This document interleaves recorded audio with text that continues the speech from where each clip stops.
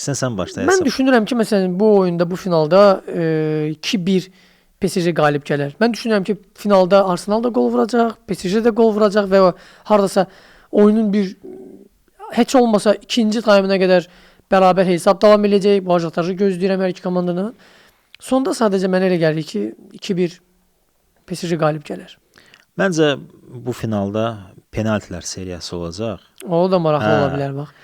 Oyunun əsas hissəsi 90 dəqiqə 0-0 hesabı ilə qutara bilər. Bəlkə də 1-1, amma çox güman ki 0-0 qutaracaq. Ekstra time-da da yəqin ki gol olmayacaq.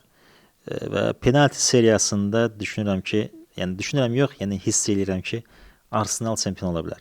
Çünki başqa ssenari mən tapa bilmirəm necə çempion ola bilər. Çox çətin görsənir. Bəlkə də 1-0 qalib də gələ bilər, amma mən bu finalda penaltilər seriyasını görürəm.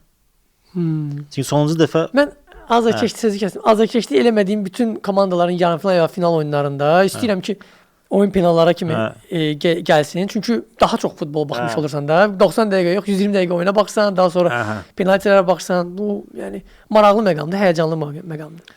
Mən nəsə penaltilər seriyası gözləyirəm.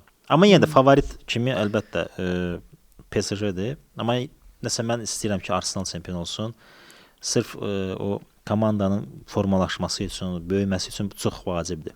Oyundan qabaq demək mənə çətindir. Baxaq, oyunda bax kim layiqli oyun aparacaqsa mən istəyirəm ki o çempion olsun. Hə. Finala layiqli və finaldan qabaq kimin nə elədiyi artıq maraqlı deyil. Finalda görürsən ki bir komanda güclü oynayır. Artıq 10-cu dəqiqədən, 20-ci dəqiqədən istəyirsən də. Amma bunu da qeyd eləyim, bu final çox maraqlı olacaq, darıxdırıcı olmayacaq. Yəni düşünürsən ki bu final maraqlı olacaq. Yəni deyək ki, yatmayacaq da bu finalda. Çox maraqlı final olacaq.